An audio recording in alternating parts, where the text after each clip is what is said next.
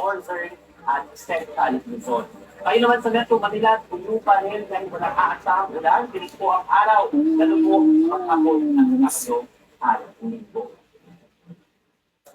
Sa pamilya, nasira ang 20 bahay sa barangay Yobo, Don Marcelino Guys, Pagkabos 200. ang pinakamalaking alon itong Webes ng madaling araw.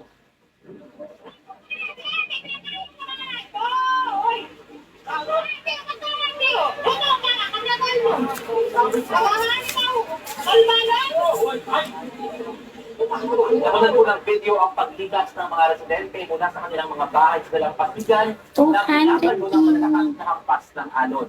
Wala namang naiulat na nasaktan sa insidente. 36 na pamilya ang apektado at natuloy muna sa kanilang mga kaanak sa ibang lugar. Ayon sa Municipal Disaster Risk Reduction Management Office ng Don Marcelino, ay dahil nang mangyari ang paghampas ng alon. Mayroon anilang seawall sa lugar, ngunit nasira na ito dahil sa erosion o pagbuho ng Guys, message by Teddy, ating 200. ang update nilagay ng panahon. Ako po, si Ariel Rojas. Happy weekend at ingat. May bago maghahatid ng good vibes, mga kapamilya. Ito ang walking feature na Patrol on the Go. Ang balitang always on the go kasama si Patroller Vlogger Erica Lucas. Mapapanood ang Patrol on the Go simula Sabado, April 18 sa ABS-CBN News YouTube channel.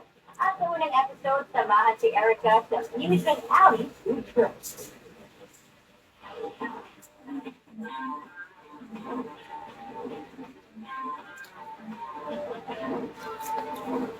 Nakikita ko na ang pinipilahan. Pinagkaka... Sabi mo, hindi na ito vlogger. Nandito na tayo ngayon sa professional. Ano ba aabot ang 500 pesos natin?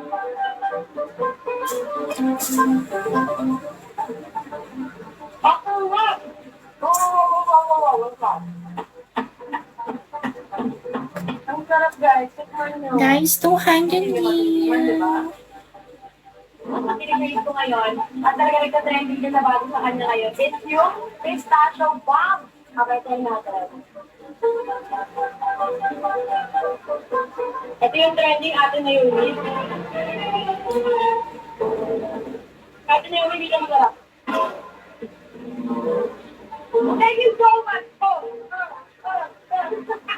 Ano ay mag-open ka sa Patrol on the Go? Sabado, Lutin, sa ABS-CBN News YouTube channel. Katapos na, it's showtime!